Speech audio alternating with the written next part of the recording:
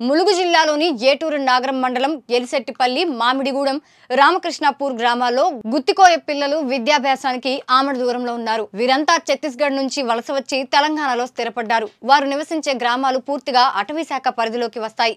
ఈ ప్రాంతంలో భవనాలను నిర్మించడానికి అటవీ శాఖ అనుమతులను నిరాకరించింది. దీంతో పూరి గుడిసెల్లో పాఠశాలలు నిర్వహిస్తున్నారు. పురపాలకలు తరగతులు చెప్పడానికి అటు ఉపాధ్యాయులు ఇబ్బందులు పడ్డారు. అడవి బిడ్డల జీవితాల్లో విద్యా వెలుగులు నింపడానికి మంత్రి సీతక్క మంగళవారం రోజు కంటైనర్ పాఠశాల ప్రారంభించనున్నారు.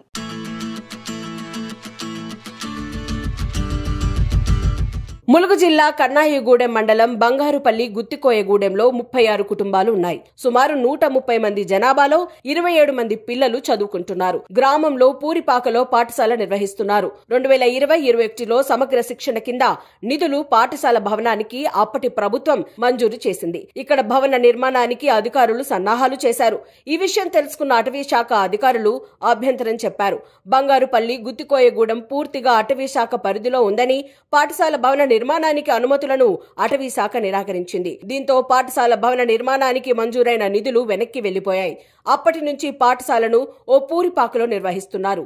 విష పురుగులు వస్తున్నాయి. ఏమాత్రం వర్షం పడినా ఆ రోజు బడికి సెలవు ప్రకటిస్తున్నారు.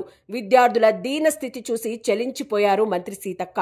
ఫారెస్ట్ అధికారుల అనుమతి లేకపోవడంతో పాఠశాల భవనం నిర్మించలేకపోయామని విద్యాశాఖ అధికారులు చెప్పారు. ఈ సమస్యకు మంత్రి తనదైన పరిష్కారం చూపారు. అదే కంటైనర్ పాఠశాల భవనాలు లేని ఆదివాసీ అటవీ ప్రాంతం గూడెం విద్యార్థులకు కంటైనర్ స్కూల్ ఎంతో మేలు చేస్తుంది.